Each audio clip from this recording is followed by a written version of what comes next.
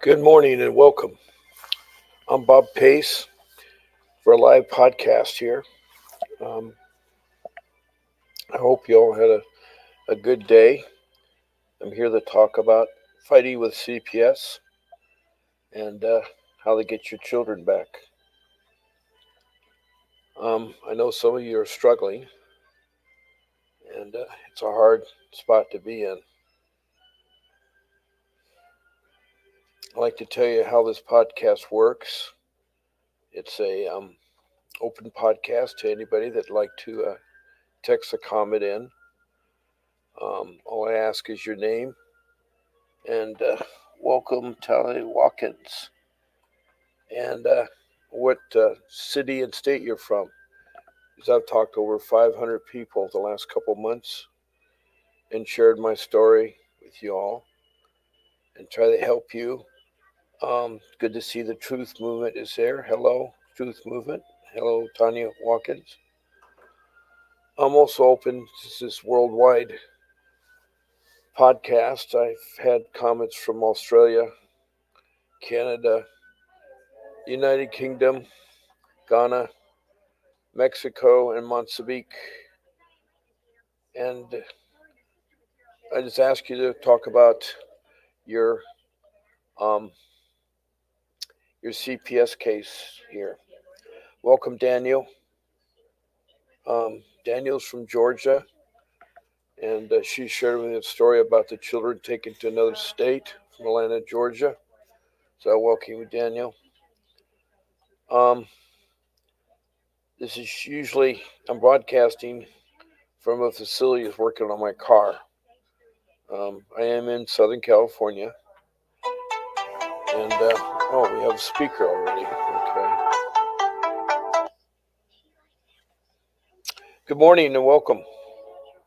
Good morning. Hi. It's Alicia Watkins again. We spoke I think like last week um about my situation. I'm the young lady that had the case out of Des Moines, Iowa.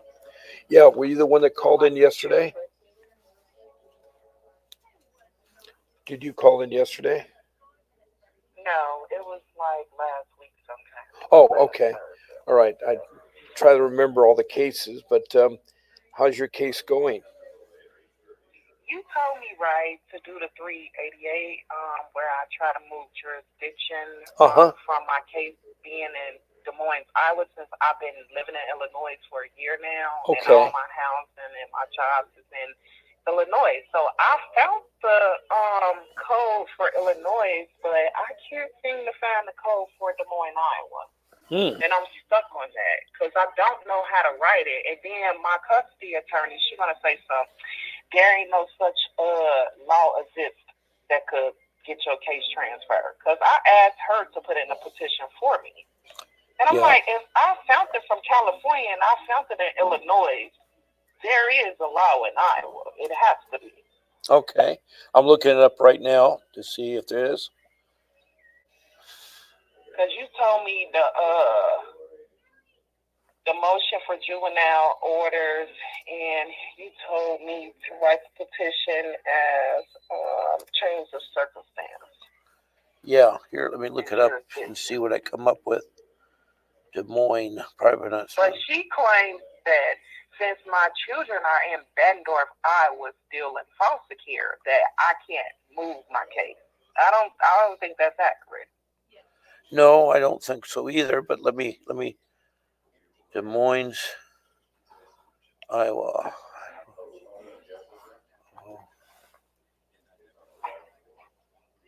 OWA. Okay.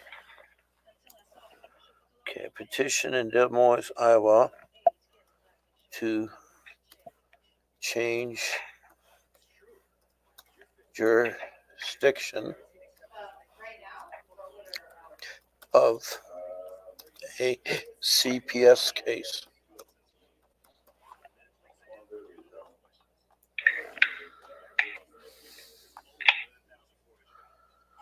Okay, I'm into the Iowa legal aid and how to modify a custody order. When the custody court will order a final custody order. Okay.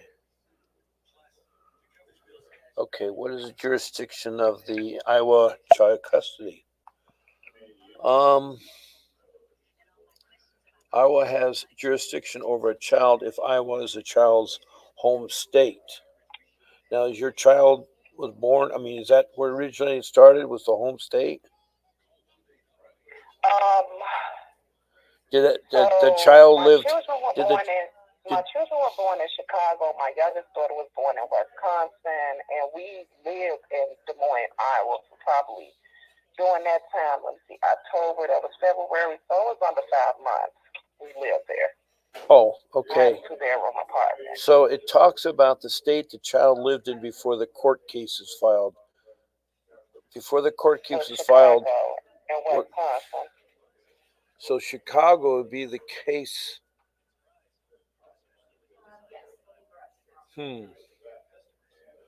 So you lived in Chicago, Illinois, and the case. Then I moved to Wisconsin, and I Right. stayed So you there for moved 2 there. years, 7 months. So where was the Prior case? to The moving case to was Des open Moines, in. Iowa. The case was open in Des Moines, Iowa, right?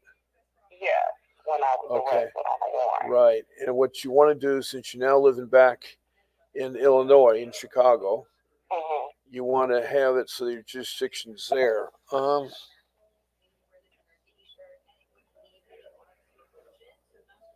looking up the different code sections here.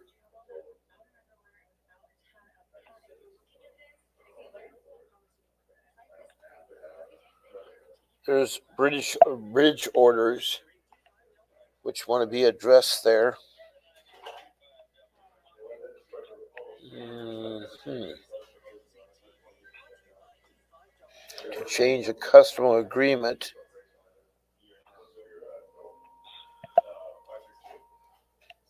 So what you want to do is you want to change your custody order to move it to Illinois, and that's a substantial changes have occurred. So you would file the court in Iowa, and then you request it to be transferred to the dependency court in Illinois. Now, what is the petition I'm looking for? Now, have you talked to anybody in Iowa about it? No, my previous custody attorney, she said that that's up to the judge to decide whether or not she Right, it's up to the judge of the dependency court. You're correct. The judge of the dependency court is the one that makes the decision, but you have to be able to turn in a petition. Now, does your attorney? Your attorney's a public defender, right? Yeah. She don't want to do it. No, she doesn't want to do it because they're not trained. They're barely an attorney, and it's sad because when parents can't afford an attorney, the court appoints one. But the problem is when they appoint one, it's usually somebody that is on the side of the court. It's sad, but our courts are corrupt. You know, this being election year, we can elect new judges, but it's sad about a lot of the courts that are. I mean, there's always good judges and so forth. Have you talked about maybe changing to a different judge? Have you asked? I don't know how to do that. Don't you have to find something biased with the judge, or? Well, you have to. I know it is a code from California. I do recall that. Yeah, I know. See, it's right. To the other judge when she said something very prejudiced in regard to the children's first foster parent. Right. And I told her, I called her out on it. I used the code, and she got kind of scared. But it wasn't even the Iowa code; it was the California code. And Yeah. she's like, "No, I'm not. I know what you're trying to do. I'm not doing that. Like, I'm not biased. I didn't mean any harm, Ms. Watkins. I was just giving her praise because she's taking care of your 3 children. Blah blah blah blah."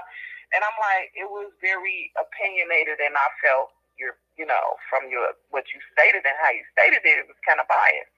Yeah, I have several listeners, and maybe I can ask them if they have any ideas. What we're trying to do is we're trying to help out a person who's called before. She had her case open up in Iowa, but she wants to move back.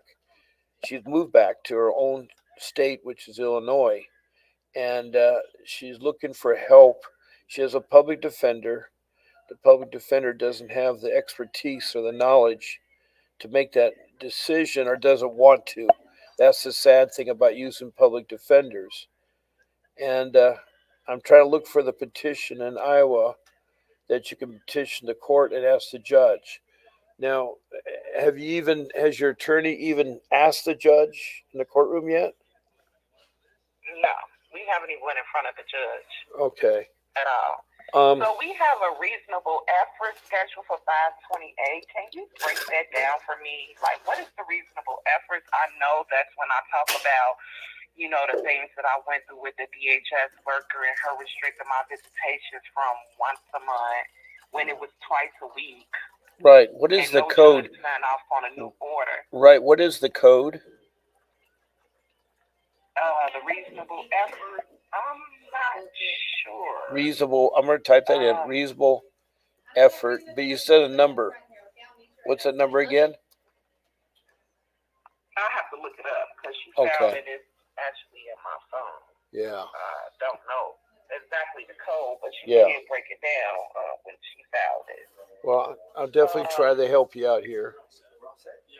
So the reasonable effort she found, because like I explained before, I told you about all the issues that I had with, DHS enforcing surgery on my children, and we had a family therapist that my DHS worker, she had forced me to give up family therapy,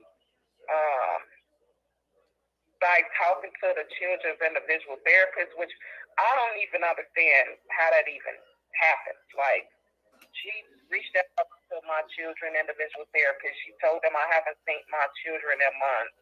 And then she claimed that the individual therapist said, well, since I don't visit with my children frequently, it should be once a month, and that she's against family therapy. And I'm like, okay, so I don't see how you coming up with this when it was court order. Like, how can you just deny me and my family therapy sessions? And they were the ones that was taking my children to the sessions, and I'll meet them. Yes. But I don't even understand how she did all of that, because it's like, the judge retired, the last judge retired, okay? And that was it. We haven't even, like I stated, the last time I went in front of the judge was when my old attorney had petitioned to get off the case.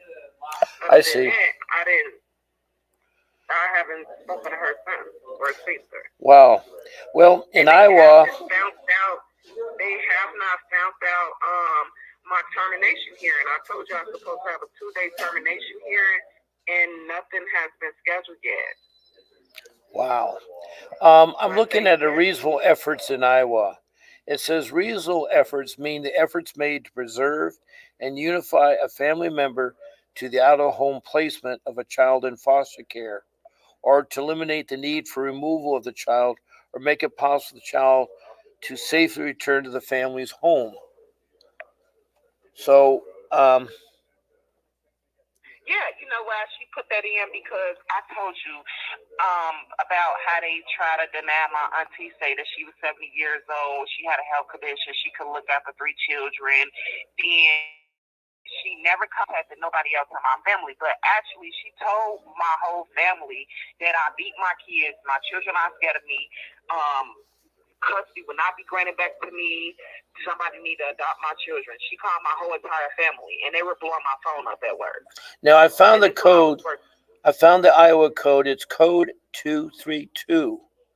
And it says reasonable efforts shall include, but not limited to, giving consideration, if appropriate, to interstate placement of the child in the permanent planning decision involving the child, and giving consideration to in-state or out-state placement options at permanent hearing when using concurrent planning. Now, what stage of your case is at? Are you at a permanency hearing or? I'm past the permanency hearing, okay? Oh boy. Because I did a home study test, and the lady, for whatever reason, she did not do the ICPC compact.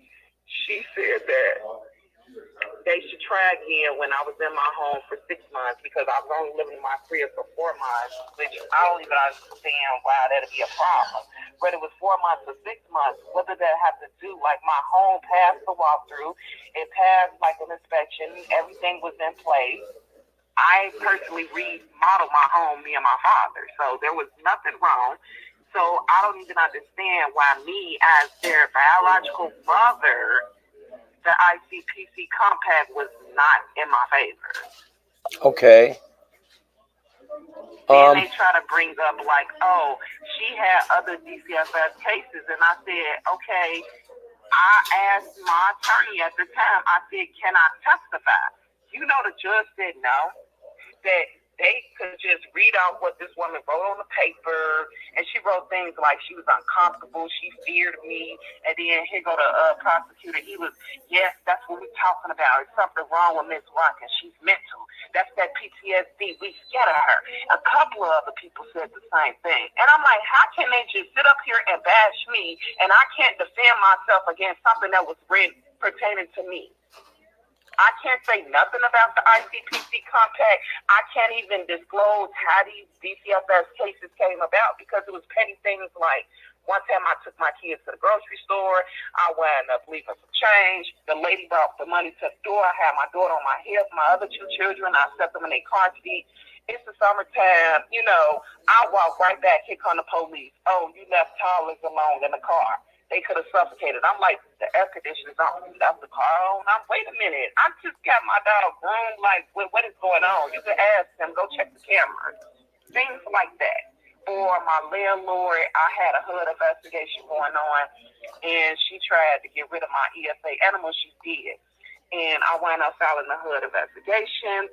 So she called CPS on me. She said that I had said I was gonna beat my child such. And I'm like, I'm on the phone. My children was upstairs. She's supposed to be fixing a wire that was like I had a foundational leak in my basement.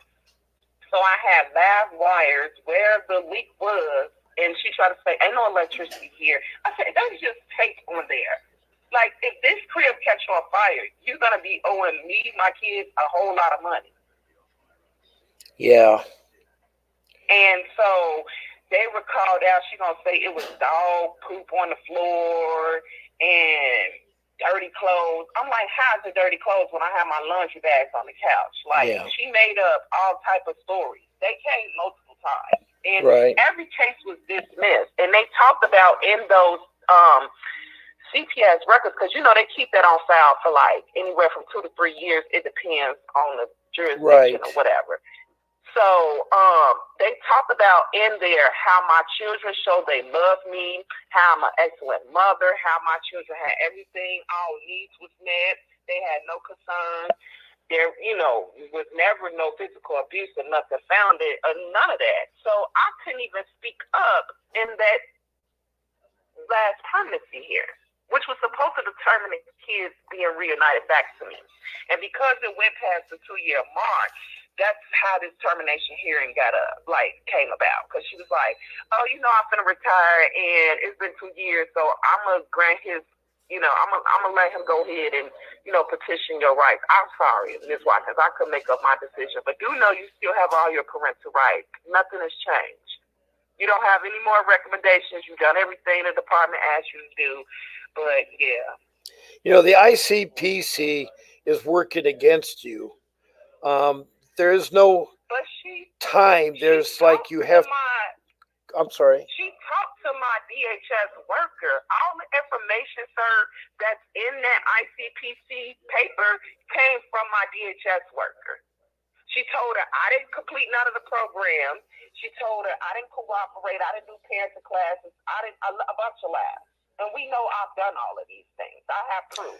That's what I'm saying. You have your proof. What you got to do is either you use your current public defender or get a replacement, and they need to have a hearing with the judge and present those evidence to counter it. It sounds like your current public defender has dropped the ball. And I don't know how many public defenders have you gone through? This is the third one. I don't even know if they're going to grant me another one. Well, you have grounds to because they didn't present your arguments. I mean, if you brought in the paperwork, have you tried to go above? Have you tried to go to the director of CPS in Des Moines, Iowa? I did. She sat in with the DHS worker. I told you she called me, which was 2 weeks ago. Okay. Not even 2 weeks, maybe 8 days ago. They called me and said, I'm thinking she's calling me to talk about the issues that I had going on with the DHS worker because she promised me a Zoom call that I still haven't got. And it's sad enough, my father's funeral is Friday. They won't even allow my children to come to the funeral. Oh boy, that's sad. That's sad. And these his grandchildren, those my children. I literally stay, sir, 2 hours and 30 minutes from North Iowa. Wow. And they won't even allow my babies to come to the funeral. They won't even allow me to have a 3-day little vacation to, bond with my children because I never got no extended vacation with my children.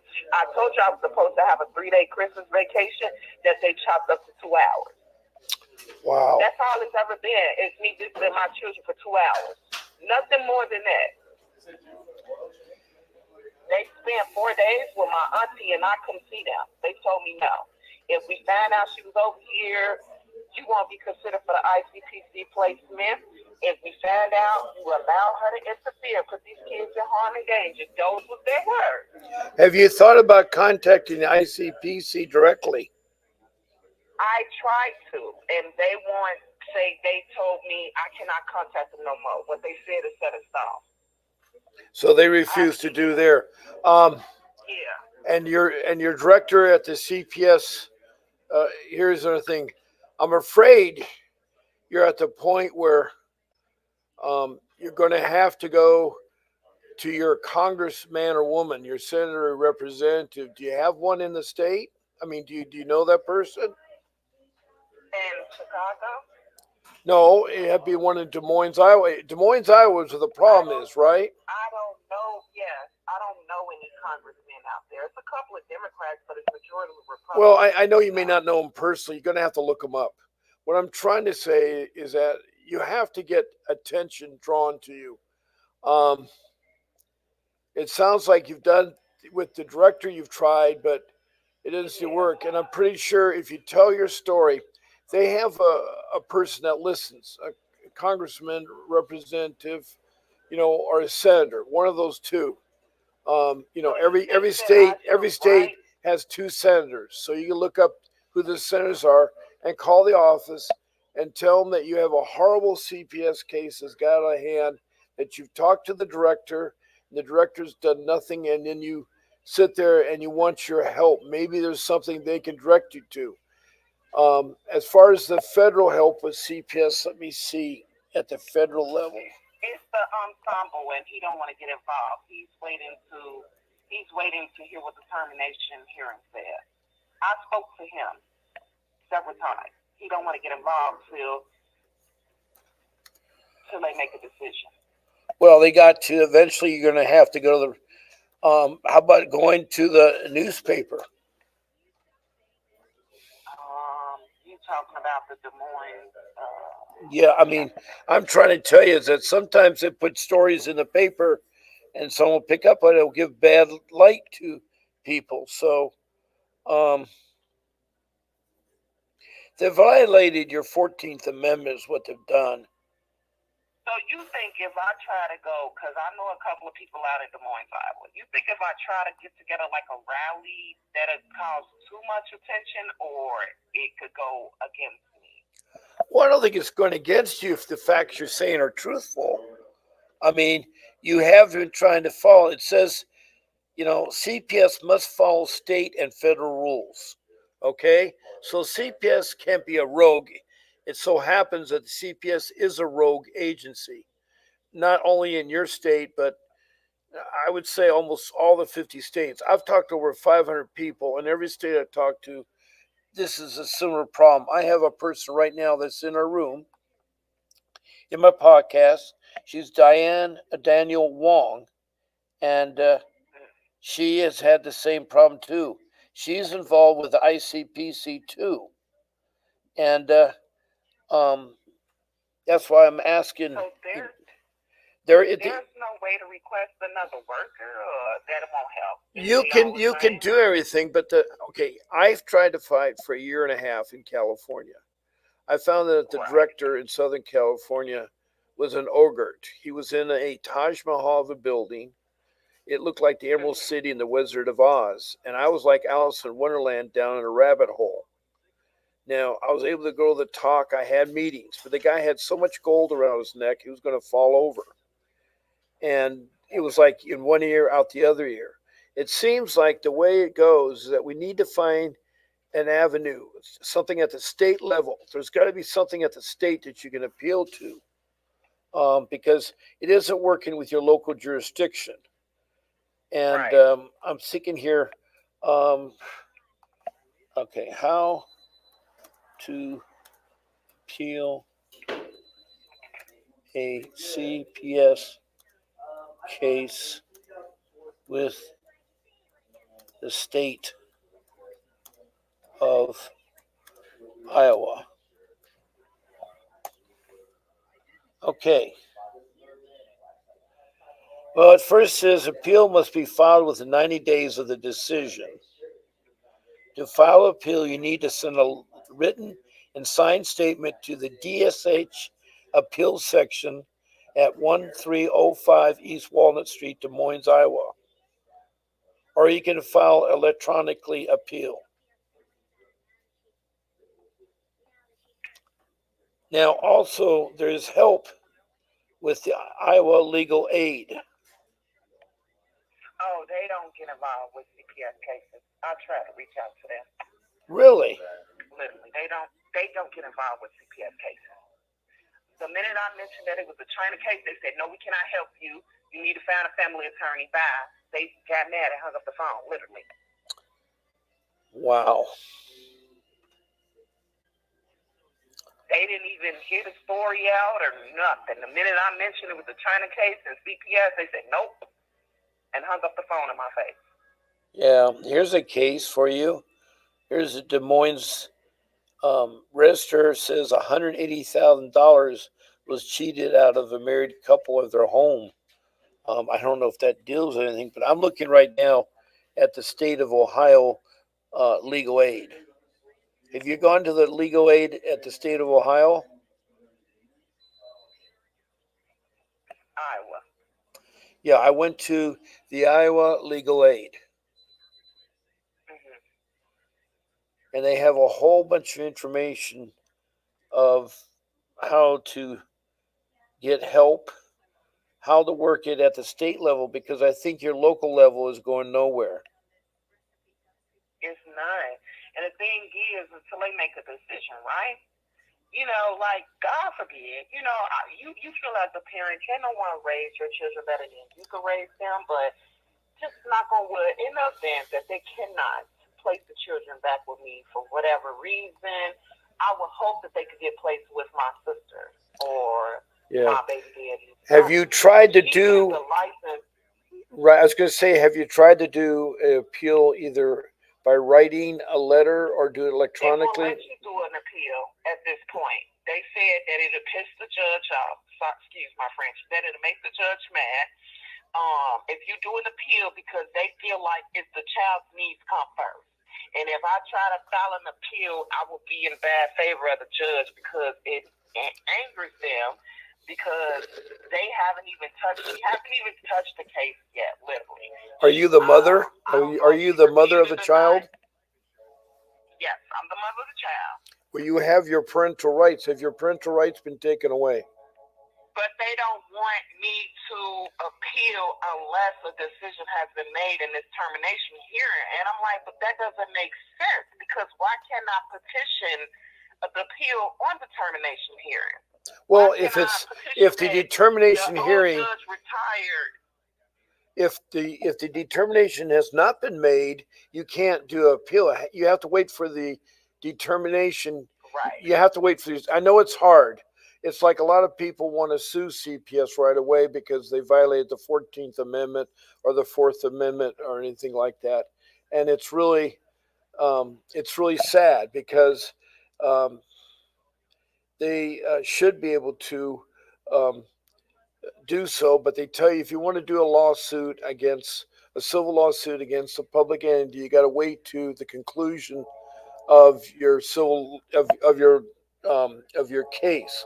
Once the case is over, your CPS is over, then you can file a lawsuit both in federal court and state court. And my recommendation is to go to federal, not state, because the state has limitations.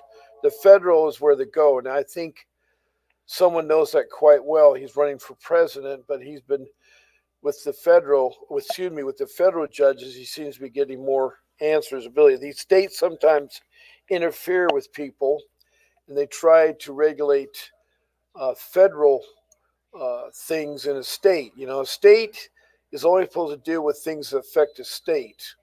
And I know I'm shifting gears here, but I'm relating to the president election where there is a president candidate with all these lawsuits and stuff, and that they're So you wouldn't suggest me to try to reach out to like Al Sharpton or maybe Jesse Jackson or someone that could help with this? Like, I'm not trying to make it a whole racial issue or nothing like that. No, race is always a problem. I think race is a problem, whether you're black or white. I've seen racist remarks against white people as well as black people. I think it's race. You know, Black Lives Matter, so does White Lives Matter, because there's low income white people. The only reason, sir, it is a racial problem is because of some of the things the DHS worker said. Yes, it is. That the foster parent said. I told you the foster parent said my 3 nigga kids gotta go. Yeah, well, that's what. For instance, if they say that, I mean, it's like with the Native American Indians. They have been abused for so long, just as much as the black people. And the low income immigration people that have come to the United States for a better life have been abused. I mean, it goes all around. And I found that sometimes the best way to deal with matters like that is to go to the top, like the CEO of a company. I had a problem with my bank, Bank of America, and I went to the CEO of Bank of America, Mr. Lewis, and he helped me out, and people were surprised. And I said that you have to sometimes go to the top of things, the top dog. Now, in my CPS case, the top dog did nothing for me. And I had to hire an attorney. And when I hired the attorney a year and a half later, I got my kids back. But they're very corrupt. They take advantage of you based on your income and everything else. They're just really bad. So you don't think going into this hearing on 5/28 is reasonable efforts hearing to mention anything about what I went through with CPS, what my children went through with CPS, what they went through with the FCS workers, because I really want to bring that to the forefront before the termination hearing. Right, I understand. And what you can try to do, be polite about doing it, but you need to find some petition, and that's what I'm looking at right now. It's sad because there are attorneys that do pro bono work. They're hard to find, but there are attorneys. They may have 1,000 cases a year they do, and they do a total of 10 pro bono cases included in there because they realize that a lot of people can't afford a big time attorney.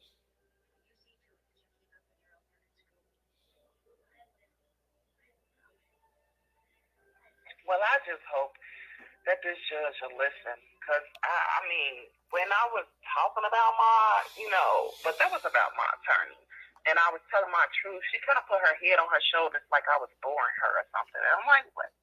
You know how you read body language, and it's like, is what I'm saying going and weighing out the other? I don't even really want to testify, but we hear you ask me for my story. You asked me to, take the stand and tell my truth about what I went through with my custody attorney, and I told her the truth.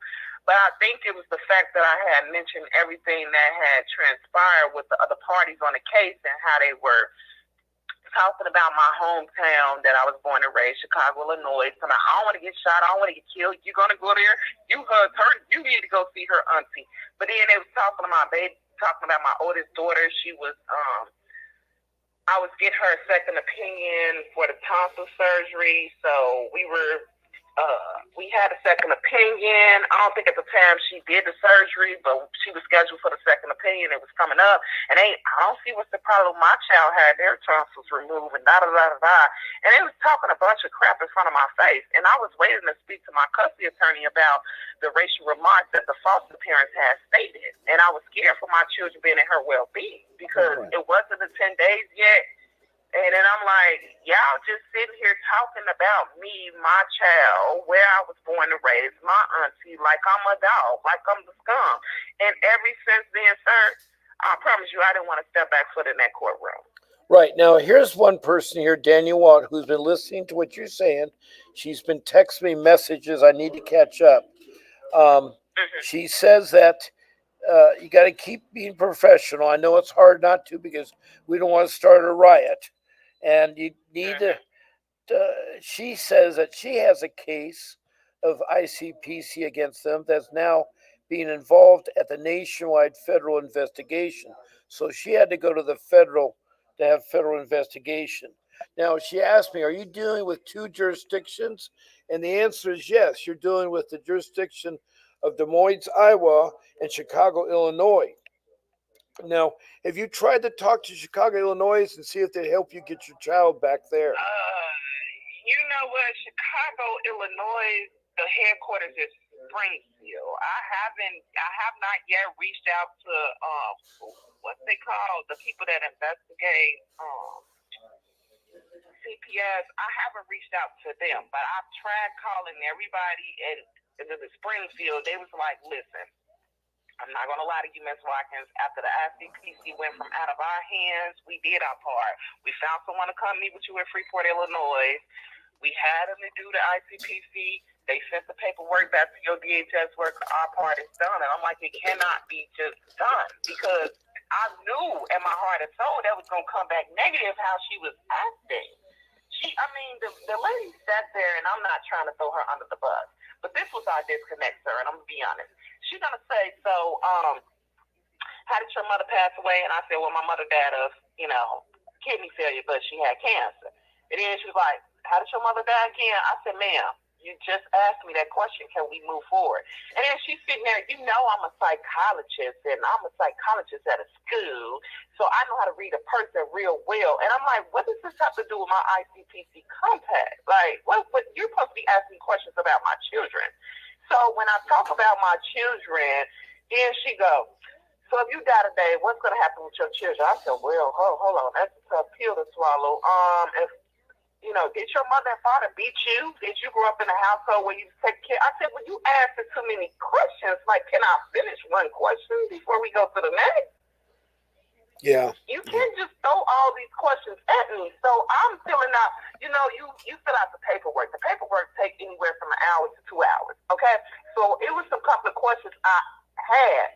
Because they say if you don't complete the paperwork thoroughly, then it could be classified as incomplete, which should be a no for the ICPC compact if you don't fill it out thoroughly. So I'm asking her questions. She said, just do your best.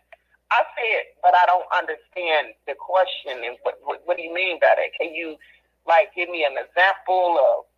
She just treated me like I was on some type of yellow school bus. And so because my neighborhood, right down the street, it was like a lot of drama. I said, let me walk you out because, you parked by the funeral home. It's really dark out. There's no light on my block. So let me do that common courtesy. No, you fine. You good. You don't have to walk. You can stay right here. I'm like, okay, but you're a woman and needs me. Don't worry about it. I'm good. Thank you. Let me share you some more information that's come in. Do you know the name John Assoff or Martha Blackburn? No. Who is that? I have no idea that Daniel Roth said that these two people, let me see. You have a date still coming up, correct? Yes, 5/28 will be when I go back in front of the judge. But it's not the termination hearing. They still try to figure out dates. It might be in June. Yeah, Dana Hoffman, I agree with you, Dana Hoffman, that CPS is nothing more than human trafficking. They do it legally. And I agree with you. Child trafficking is what CPS does. So that is important out there. Now she says has reasonable efforts to see if the department tried to prevent foster care. Did they fail to make reasonable efforts, or what did they do at all? And how long has your case been going on? My case been going on technically since February 8th, 2022. Okay, so 2 years it's been going on. Yeah. And have you made reasonable efforts? Have they failed to make reasonable efforts? Yes. Okay. They haven't even explored my whole family. She haven't even spoken to my sister or my baby daddy auntie. They haven't even been reaching out to no one. Do you know that the DHS worker changed her phone number on me, sir? Did they do what? The DS worker do what? She changed her phone number on me. Yeah, I find that it's very hard with social workers. When they come out to visit you, they'll say their name is such and such, and they lie about their name. You have to ask for their business card. Every social worker's. She claims that, okay, she has the phone number, right?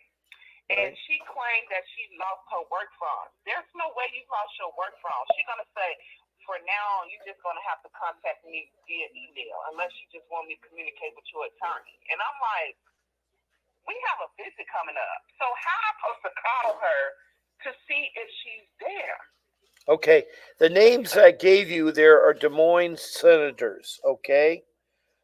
John Ossoff, it's JONOSSOFF. John Office is one senator of Iowa. The other senator is Martha Blackburn, Marth, Blackburn.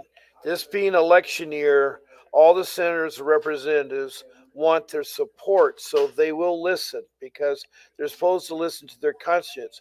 For instance, the Congress recessed this week. They're going home to talk to their constituents because there's an important voting on uh, money aid to Ukraine and to Israel. So they do listen. Senators, representatives do listen. You can talk to them like real people. I know that for a fact. That I call their office and I try to tell them the story, or would you? Well, what you do is you introduce yourself very courteously that you've had a CPS going on for 2 years and you've gone nowhere but circles. You've tried to appeal it at the higher level. You get no help. How can you help me? Ma'am or sir, whoever the person is. And you do it with both of them because sometimes it may take both of them. Now, so just keep going down and listen to someone willing to. Right. I mean, if it was me again, if I get involved again, I'm going to the President of the United States as my last resort. I mean, I have no problem. I've talked to my governor of the state of California about getting a certificate. I had a girlfriend at the time that was finished her college degree and she needed her PT license and there were delays. So the governor, Dumation, turned me on to Mike Kerr, the lieutenant governor of California. And within 24 hours, I had the certificate for my girlfriend, her license. And so I know a lot of people, you have to go to the top dog of a company. Ask you this, I don't mean to interrupt you. So they had a court order to force my daughter to do ear tube replacements, my son to do ear tube replacement. Now, mind you, my daughter is 7 years old. Last year, she underwent tonsil surgery. So if that needed to be replaced, it should have been replaced then. Well, not only that, first of all, has your medical rights been terminated? Yes. Now, how do they terminate your medical rights? How do they terminate your medical rights? The judge ordered, I told you, during the last podcast, not to do a recap because I don't want to take too much of your time. No, it's okay. That's what I'm here for, and I have 15 minutes left of the show. When we had talked last time, right? Remember I told you that I had got a continuance because my father passed away. Right, I do remember that conversation. April 25th and April 26th was the termination hearing. Then the guardian ad litem tried to file a petition and said, this affects the children because her father mysteriously died and we shouldn't reschedule because of that. It should still stay the same. Knowing my father's funeral is the 26th and him visiting his body is the 25th, okay? That's right. Not inconsiderate. Right. They were. Right. Now, Now, Daniel, they by the way, found a one of my motion. listeners called Daniel Wan, Waugh, will help you. And she's right now listening to what you're saying. The whole audience is listening.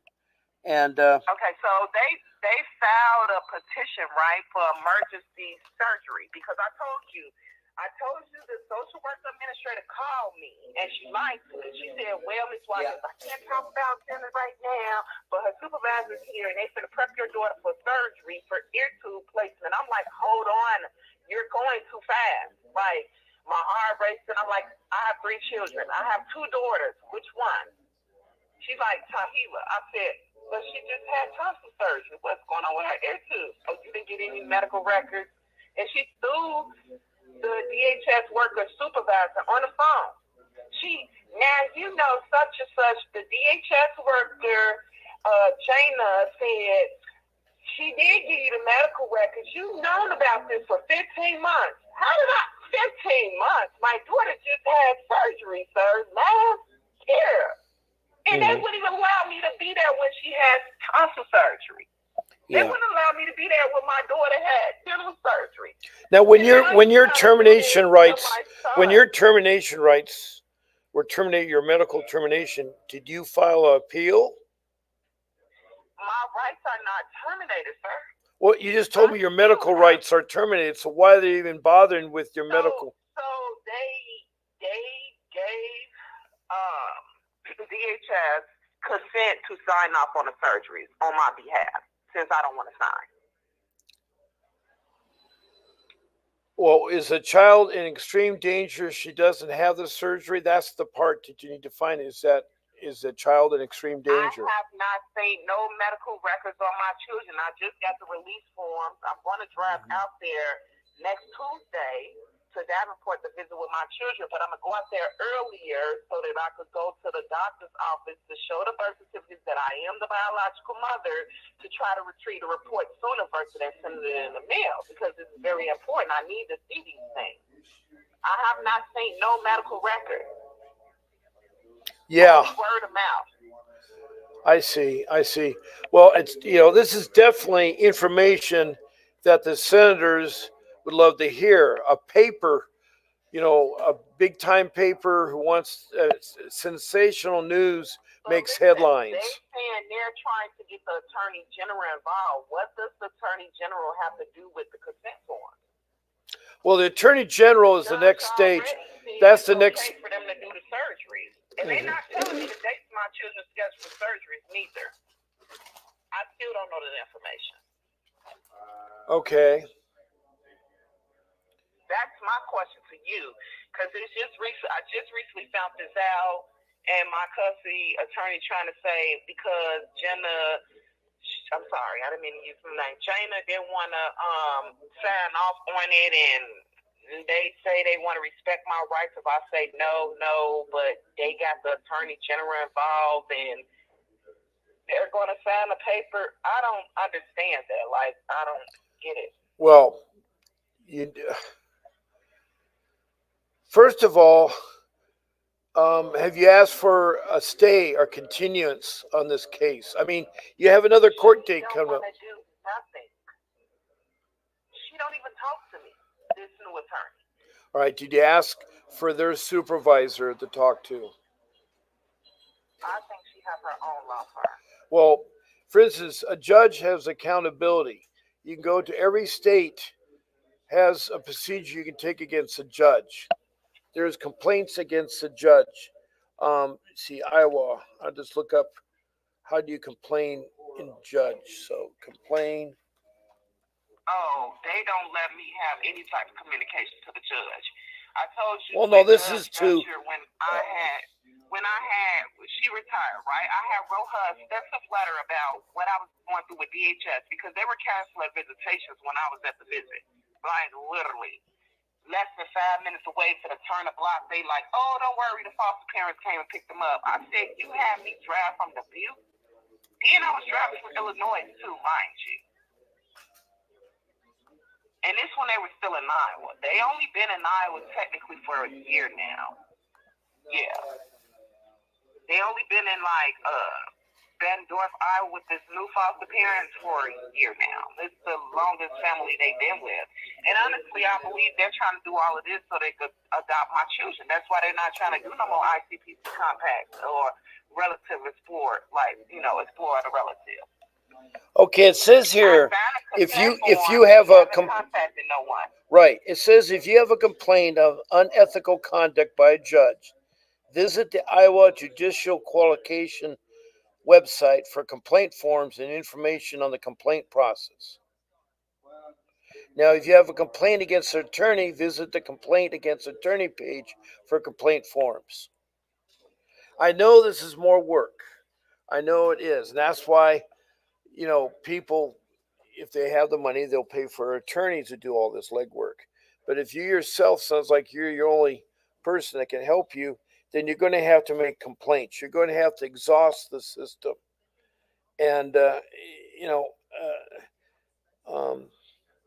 long as the case is still open, you're in still good shape. And again, if you're not happy with the current public defender, then you're going to replace a fourth one. I have one guy that called in here. She said too many things, and I actually have a voice recording, but I think Iowa have a law you can't use a voice recording if they don't know you being recorded. But I'm not in Iowa, I'm in Illinois, so yeah, I don't know if I can present that. But I have text messages that I do want to present, and she got to go. I mean, have you tried a pro bono attorney? Who? A pro bono attorney. You just type in the word. I don't know where to find a pro bono attorney at.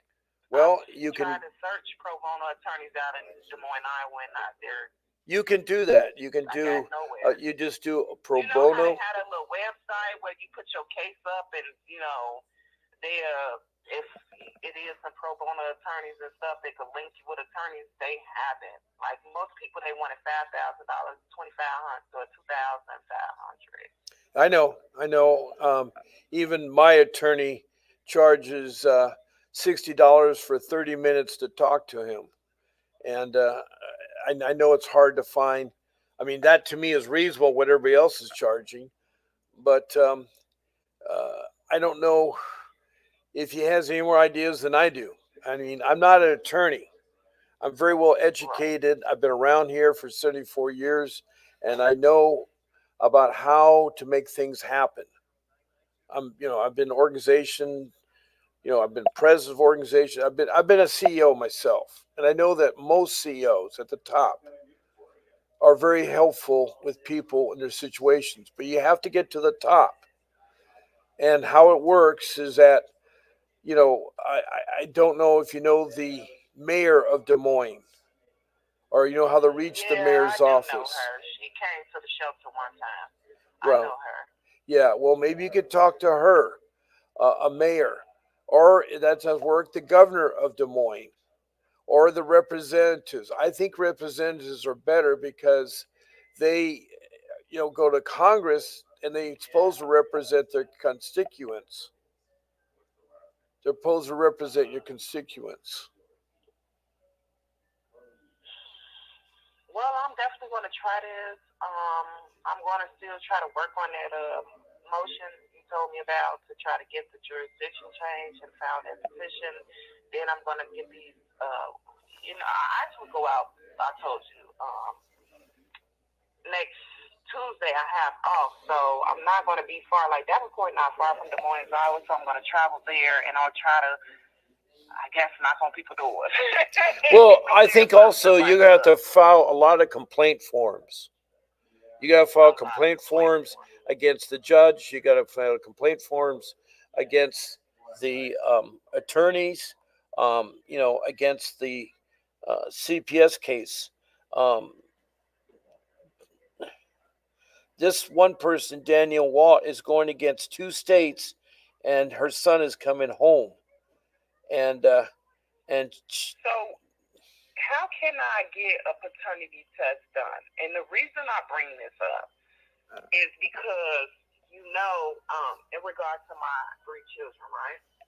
Yeah. In order for them to try to revoke, although he has not been part of the case, my children's father, he has his personal reasons for that because he has actually looked bad. You know, he got a couple of things going on that'll be a negative. You know, so how can I petition the court to do paternity, or should I go the paternity route to establish he is the father?